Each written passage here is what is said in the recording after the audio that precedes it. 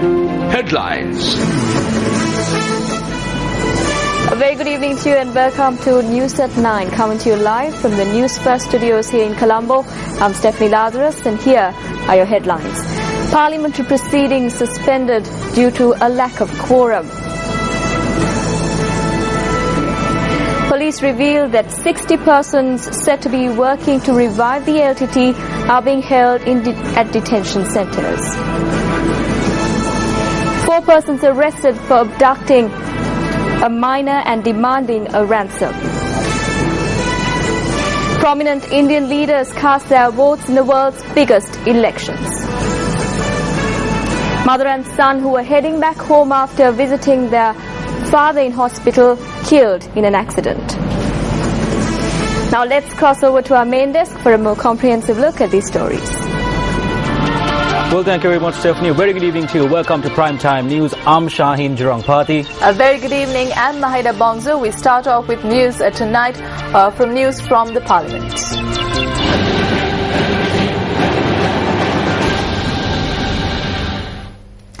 Establishing a quorum in Parliament appears to have become a cumbersome issue. In Parliament today, Speaker Chama Rajapaksa made clarifications regarding questions posed as to whether a quorum had been established in Parliament recently when a bill was enacted. However, an hour and 20 minutes into today's sitting, the chair had to adjourn Parliament owing to a failure to establish a quorum once again. With the exception of special occasions, as mentioned in the standing orders and the Constitution, in all other instances, including voting, if an MP has not brought the failure to establish quorum to the attention of the chair, it is clear that there is no legal obligation for there to be 20 members in the chamber. Furthermore, I wish to inform this House that the Medical Amendments Bill passed on the 20th of March 2014 was adopted in keeping with the proper procedure. When the adjournment motion was tabled in Parliament today, UPFA parliamentarian H.M. Azwar brought to the attention of the chair the fact that quorum had not been established. Oh, Garu Aswar Mahata. Yeah, there is no quorum, sir. Quorum Sindhu Nada Karanna. Call for quorum. Subsequently, MP Azwar left the chamber. Presenting the adjournment motion, UNP MP Ravi Karunanayake posed several questions pertaining to the Sampur and Orochole power stations of the Ceylon Electricity Board. In order for quorum to be established, a minimum of 21 members, including the chair, must be present in the chamber.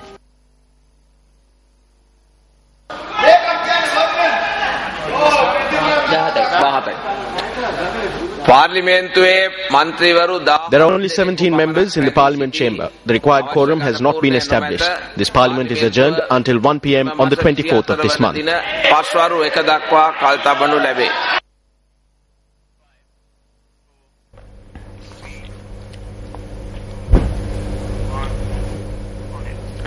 UNP MP Rosie Senanayake posed questions in Parliament today on incidents of child molestation and related incidents in the period from 2008 to 2012. Honourable Speaker, if politicians are involved in such events, then it is my view that before they are convicted as criminals, their positions as public representatives should be suspended. On a private date as well, the Minister said that it is irrelevant. It is relevant. You are the Minister of Women's Affairs in this country. Just because I am the Minister of Women's Affairs in this country, everything doesn't come under my purview. Honourable Speaker, I said that this was a question to be posed to the law and order sector.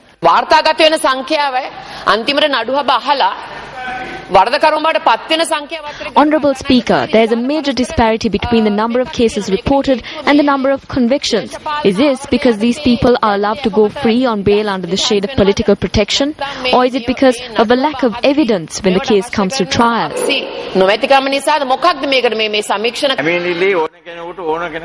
Anyone can lodge a complaint against another person, be it true or false. But when a complaint is lodged and the matter is taken to court, we have to wait for the verdict of the court. Consider incidents involving children. Children will not lodge false complaints, will they? The Maligawatta police today apprehended a gang of kidnappers who had abducted a child and demanded 3 million rupees as a ransom. The boy was found at a residence in Hunupite where he was being held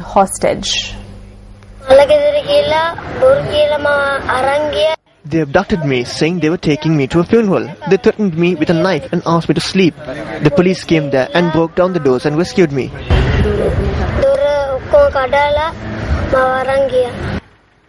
Following his rescue from his captors, the 8-year-old boy informed the Maligawatta police that he had been kidnapped last evening while returning home from a religion class. The kidnappers had later made contact with the boy's family and demanded a ransom. They called us on the mother's phone and said they had the boy. They asked us not to fear and said he was safe. They told me that if I did not give them the sum demanded, they would kill the boy. I asked them how much they wanted. They asked me for 3 million. I said I was willing to give them 5 million if they only brought my child back without harming him. Then they cut the line after informing us that they would call back in the morning. They called us back and told us that if we went to the police, the child could be hurt and that we should not go to the police. Nevertheless, the father had lodged a complaint with the Maligawatta police and had then departed to meet the kidnappers with the ransom money to the Hunapitia railway station, accompanied by police officers disguised in order to apprehend the kidnappers. The kidnappers had called the father back and had informed him to board the train to Colombo and then throw the bag with the ransom money in Vadikanda. 3 police officers who also boarded the same train were able to leap out and apprehend 2 of the kidnappers who had come to the Vadikanda area to claim the ransom. Police headquarters said that the police, obtaining information gleaned from the suspects in custody, had then rescued the boy who was being held at a residence close to the Hunapitia railway station. The police said another suspect was arrested at the residence. Following the interrogation of the 3 suspects in custody, the police were able to arrest the chief suspect in Maradana this afternoon. The police say that the chief suspect was a close friend of the kidnapped boy's father. The suspects are being questioned further and are due to be produced in court.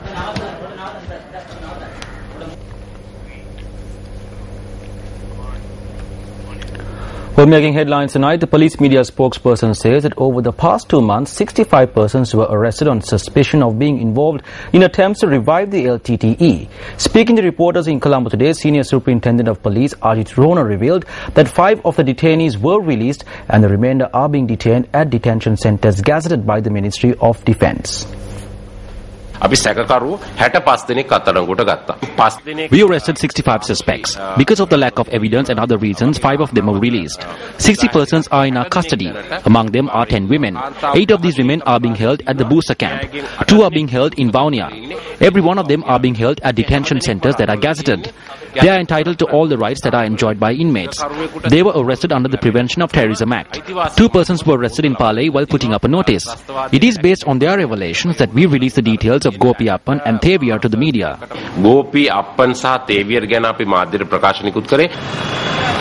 On a separate note, it was also revealed at this media briefing that a special traffic plan will be enforced throughout the island with effect from today. 135 persons have lost their lives in road accidents that took place between the 8th and 12th of April last year. The police have also requested motorcyclists across the country to switch on their headlights during daytime hours as well. SSP Rohana added that the measure, which was first enforced in the Western Province, has contributed to a reduction of accidents involving motorbikes. The document of auspicious times for the Sinhala and Tamil New Year that was compiled by the Ministry of Culture and the Arts was presented to President Mahinda Rajapaksa today. The document was presented to the President this morning at Carlton House in Tangol.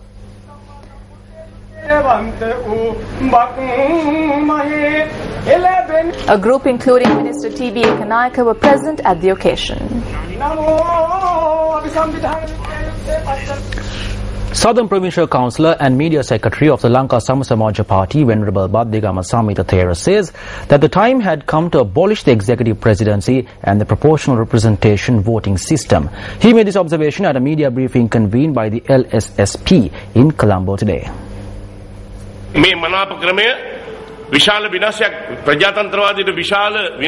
This preferential voting system causes great harm to democracy. It is evident to us today.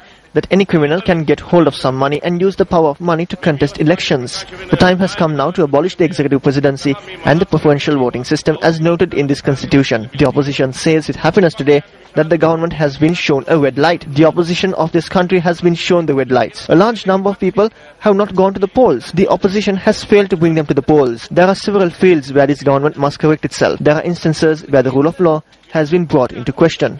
විශේෂයෙන්ම නීති ආධිපත්‍ය අද යම් තැන්වල අභියෝගයකට ලක් වෙනවා. මැතිවරණ කාලයේදී a signal was given during the election. One was the cost of living. The other was good governance. There have been allegations that there are shortcomings here. The government's tax revenue has reduced to 13%. 80% of this 13% is earned through indirect taxation. That must be reduced. It has to be reduced to at least 60%. Considering the problem with the rising cost of living, we have proposed that all indirect taxes on essential goods be removed. අත්‍යවශ්‍ය භාණ්ඩවල සියලු වක්‍ර බදු ඉවත් කළ යුතුයි කියලා. General Secretary of the Citizens Front, MP J. Sri Ranga, expressed the following views in Parliament yesterday. The cost of living is being increased under the guise of development. They say that the economy is growing. However, there is an issue as to whether this economic growth is reaching the Noor area district, which I represent. We have various forms of taxes. We need to have an in-depth look into the benefits that general public receive via these taxes. The people are being charged a number of taxes. Because of these taxes, the people are finding it difficult to uplift their living standards. We also have an issue as to whether the taxes that are being charged from the people are being used for development purposes that will actually be of use to the people. The manner in which businessmen enjoy their profits has changed with the implementation of the special commodity levy. The taxes that were imposed 5 years ago to benefit the people has now been transformed to benefit the businessmen. The concept of taxes is to make services equal to the upper class, middle class and the low-income earners. Taxes need to be imposed for a government to function. This needs to benefit the people. When the country's economic growth is about 7%, this needs to be reflected in all districts. Well, here's a look at what's coming up on in the news.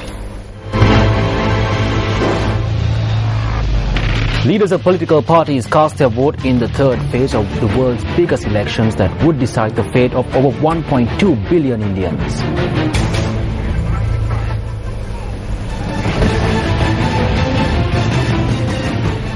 The Newsfirst International Desk will of course have more details on that story. But moving on to news from here at home.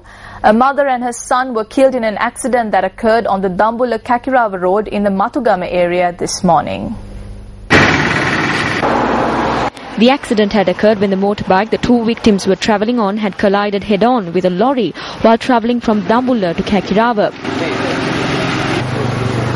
According to a correspondent, the two victims had been heading home after visiting the father who was receiving treatment at the Dambulla-based hospital. Indrani Seneviratne, aged 48, a resident of Madegama, Kakirava, was a mother of two. Prabuddha Seneviratne was 21 years old at the time of his demise. The police say the driver of the lorry had fled the scene after the accident. The lorry was later seized with the intervention of the Dambulla police and handed over to the Kakirava police. The police say that the driver of the lorry has been arrested.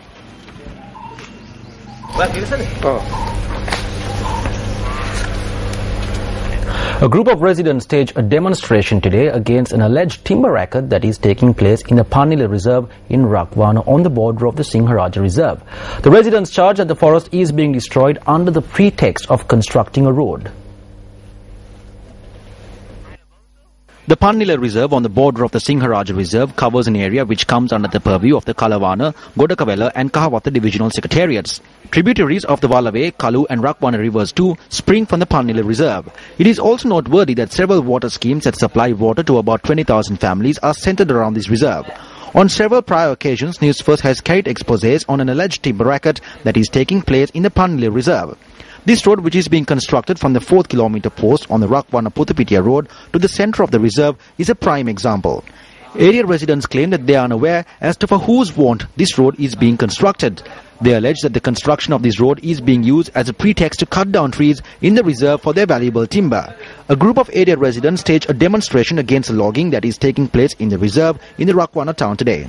The demonstrators also staged a protest march in the town of the Palmilla Reserve and staged a satyagraha at one of the locations where they claim illegal logging has been taking place.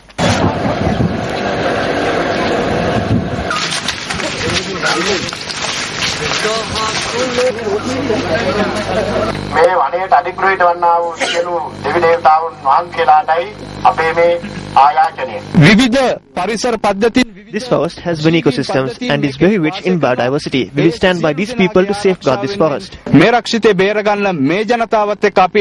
However, when Newsfirst made inquiries from the Ratnapura Rakwana and Kalawana Forest Reserve officers, we were told that there were no reports of illegal logging taking place in the area. Director of the Department of Forest Conservation, Anura Saturu Singh, has said that there are reports that the land in question is privately owned. However, he noted that since the necessary permissions have not been obtained from the Central Environmental Authority, logging in the area has been temporarily halted. The Round the World in 40 Days team that is creating awareness on the World Conference on Youth at the international level participated in a special discussion today.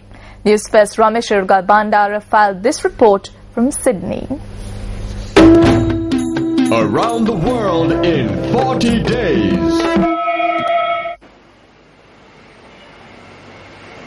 This special discussion took place at the Sri Lankan Consulate General Office in Sydney. The discussion was attended by both Australian youth as well as youth of Sri Lankan origin. The Sri Lankan delegation was able to raise awareness on the World Conference on Youth 2014 as well as discuss about the issues faced by the youth.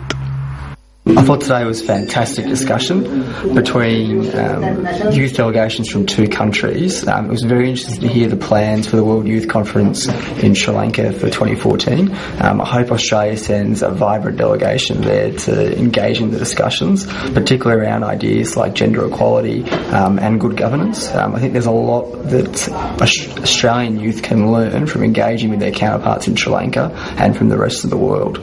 Look, I think the objectives are good. I've always been a firm believer that when youth discuss things, there need to be some themes that drive the discussion. And I think the themes that you guys have selected, like gender equality, like getting rid of violence, are all things that are really important for the youth to discuss. And I think you've got some really good results. We'll all be leaders, or the leaders of our countries in one day. So I think it's great to get a start. Great to. Not just have people meeting each other when they're mid-age or whatever, but at this start we can learn about each other's cultures and learn to respect each other and each other's religions. And I think it's a great initiative for youth to prosper. The Australian flag was officially presented to the Around the World team today, while special badges were presented to the youth delegates that were present at the occasion. This was a very good move that the youth delegation made this tour. Now after this meeting with this youth group in Sydney, Australia, they understood about Sri Lanka and as always, and also the youth conference in Sri Lanka. I think this is a very good awareness campaign which you all have carried out. Sri Lanka-Australia relationships have come to a new heights. I think we have a wonderful relationship with this country, be it even when the previous government or the present government, Australia has been very helpful and supportive of us. Several Sri Lankan youth federations based in Australia also took part in the discussion. Ramesh Irgal Bandara for Newsfirst from Sydney, Australia.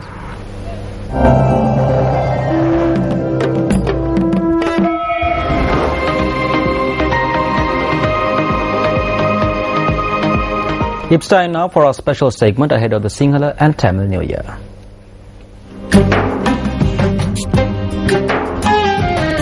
As harvest season ends, people who lived in olden days recited folklores as they gave their offerings to the gods, at a time where mainstream entertainment was beyond their imagination. Sokari is an age-old cultural play performed and staged in villages after the harvesting season in the paddy field. Villagers and farmers flock around to witness and participate in the ritual during the New Year season. Sokari is conducted to bless the people, express gratitude to the gods, and to safeguard the farmland and families of farmers. Sokari is a dying art of dance in Sri Lanka today.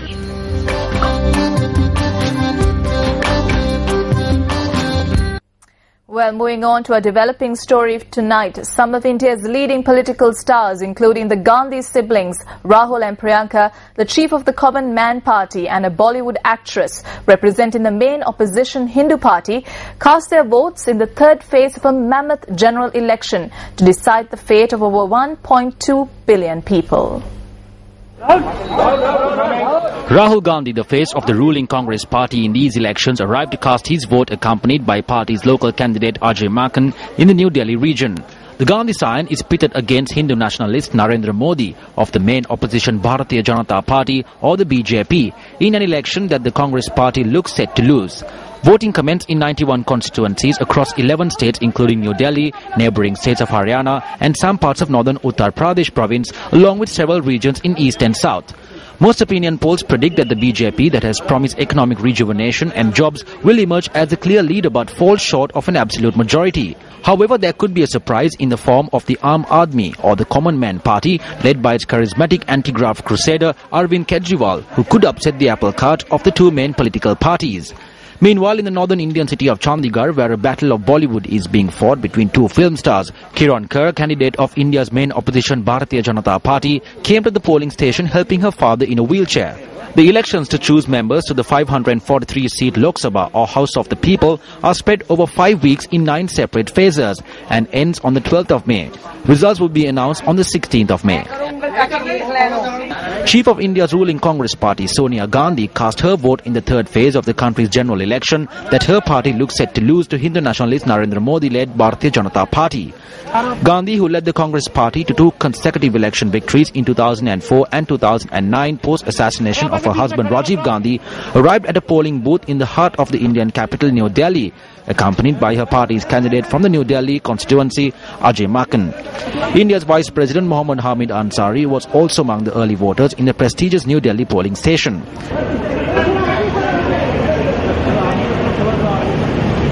Braving the outlawed rebels, people in Maoist-hit areas came out and voted as third phase of India's general election began. India's 815 million voters are set to inflict a resounding defeat on the ruling Congress party. Led by the Nehru-Gandhi dynasty, surveys show after the longest economic slowdown since the 1980s, put the brakes on development and job creation in a country where half of the population is under 25 years old.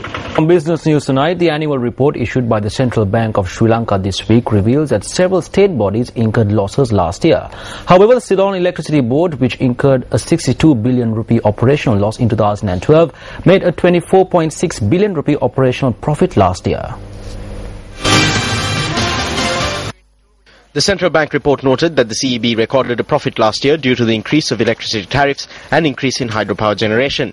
In comparison with 2012, hydropower generation rose by 110%, while thermal power generation was reduced by 42.8%. Meanwhile, the Ceylon Petroleum Corporation shows a drastic reduction of losses in 2013 when compared to 2012. The CPC incurred a loss of 89.6 billion rupees in 2012, while the loss has been minimized to 7.7 billion rupees in 2013. The report notes that these figures were influenced by the comparatively low crude oil prices in the world market in contrast with 2012. Furthermore, the Transport Board has incurred an operational loss of 3.5 billion rupees, while the Railways Department incurred a 5.2 billion rupee operational loss. The report also noted that the 27 billion rupee operational loss incurred by Sri Lankan Airlines in 2012 increased to 28.6 billion in 2013. Meanwhile, Mihin Lanka, which recorded a 1 billion rupee operational loss in 2012, recorded an operational loss of 1.5 billion rupees in 2013. If you look at the CEB, what happened was, yes, they made an operational profit of 20 billion, but that is because they increased electricity tariffs by about 60-70% on the general households. And you must not forget that last year we had heavy showers. Therefore, the generation of hydroelectricity was at a historic high. But even then, they did not remove the fuel adjustment charge, which they kept applying on all households, even though they were using water to generate electricity. But on the other hand, one must look at the unimaginable losses of the state airlines, particularly Sri Lankan Airlines, made a loss of something close to 20.5 billion rupees. Mihin lost about another $1.5 billion rupees, that's about 30 billion rupees. Newsfirst you reporter Vijay Singh Avalikanda filed this report on an accident from Kurunegala.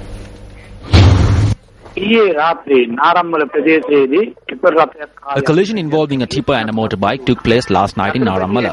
The rider of the motorbike and the pillion rider were seriously injured and were admitted to the Kurunegala General Hospital. One of them succumbed to his injuries this morning. The Narammala police are conducting investigations into the accident. Newsfirst you reporter Vijay Singh Avalikanda, Kurunegala.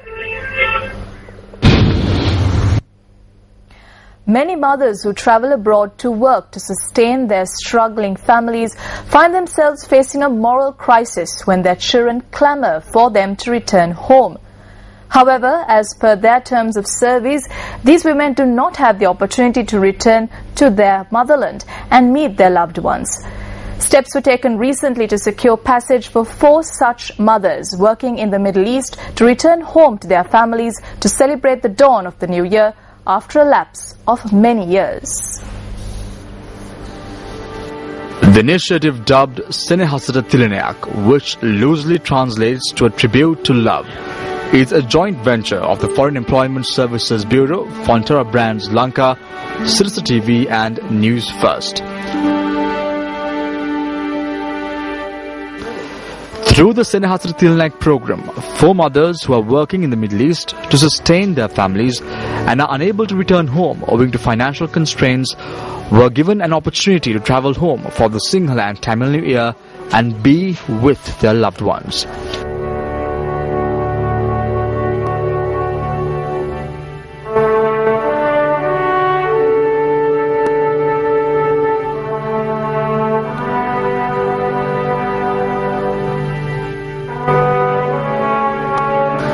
Three Sri Lankan women serving as domestic aides in Saudi Arabia and 1 woman serving as a domestic aide in Kuwait were selected for this venture. The Senehasata Tilanak program was officially launched at the auditorium of the Capital Maharaja organization in Colombo last evening. There are many mothers who travel to faraway countries to work for their children, but they are unable to spend the dawn of the new year with their children. We at Anchor introduced the Senehasata Tilanak initiative to enable mothers who are working abroad to spend the dawn of the Sinhala and Tamil New Year together with their families. At all times, this institution has taken an unbiased stance and conducted inquiries and then presented balanced news reports. This venture that has been undertaken by the Sirsa Media Network and Anchor together with the Foreign Employment Services Bureau will go ahead and become a successful program.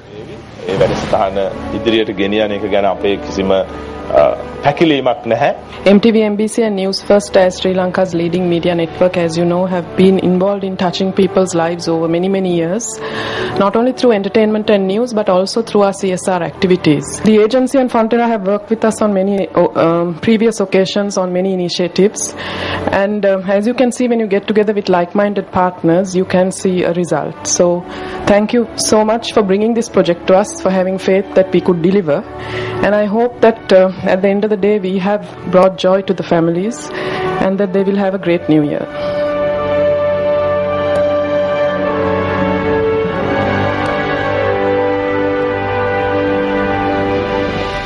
Several technology companies are urging people to change all of their passwords after the discovery of a major security flaw. Computer security specialist says a bug dubbed Heartbleed has been discovered in online data scrambling software and hackers can use it to their advantage. The Yahoo blogging platform Tumblr has advised the public to change passwords everywhere, especially on high security services like email, file storage and banking. OpenSSL is used to digitally scramble sensitive data as it passes to and from computer servers so that only the service provider and the intended recipients can make sense of it. Information considered at risk include source codes, credit card numbers, passwords and keys that could be used to impersonate websites or unlock encrypted data. Security researchers have reported being able to dig out Yahoo password information by taking advantage of the bug. Untraceable software bugs like Heartbleed show we need to be more paranoid about internet security. Yahoo has released a statement saying it has fixed the problem at its main online properties. Facebook also says it has taken steps to mitigate any impact to users. Some experts have called on internet firms to revoke the certificates and keys used to encrypt internet traffic with web browsers, including Firefox, Internet Explorer and Google Chrome. OpenSSL is used by more than half of all websites, but not all versions have the vulnerability, according to Heartbleed.com. The US Department of Homeland Security has advised businesses to review servers to see if they are using vulnerable versions of OpenSSL. In sports news tonight, the 13th round of trials for Super Fighter, Sri Lanka's first ever sports reality TV program, continued at Veerakatiya Central College in Tangol today. Super Fighter. Super Fighter is a joint venture of MAS Holdings, Newsfirst and MTV Media Networks.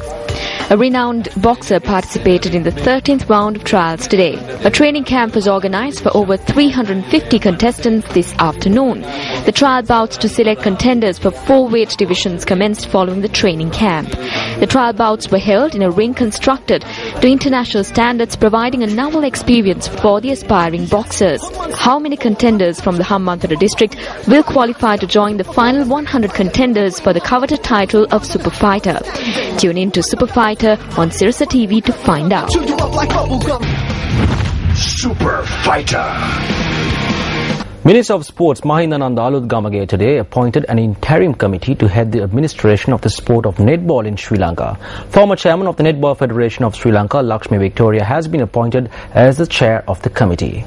The new interim committee for netball comprises of 7 members, and Damayanti Jayatilaka has been named as the secretary of the committee.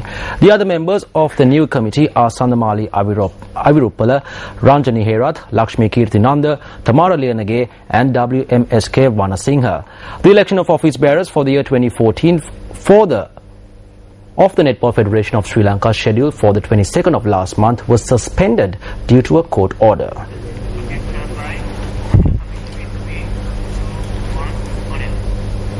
It was decided at an extraordinary general meeting of the Sri Lanka Badminton Association today that an election of office bearers for the association will not be held this year. A vote on the matter had been called today. As per new regulations under the Sports Act, elections of office bearers to sports associations should be held biannually. However, the Constitution of the Badminton Association notes that elections must be held on an annual basis. The president of the Badminton Association, Suraj Dandania, noted that 36 votes had been cast in favour of the proposal to not hold an election this year. Well, with that, we conclude tonight's edition of Primetime News right here on Newsfirst. Thank you very much for joining us. We leave you with a look at the weather forecast. I'm Mahina Bonzo. And I'm Shahan Jarangpati. Good night and take care.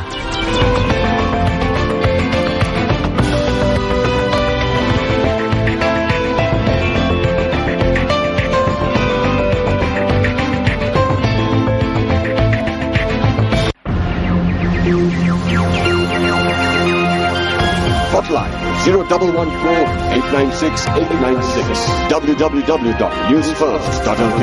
Feedback at newsfirst.lk.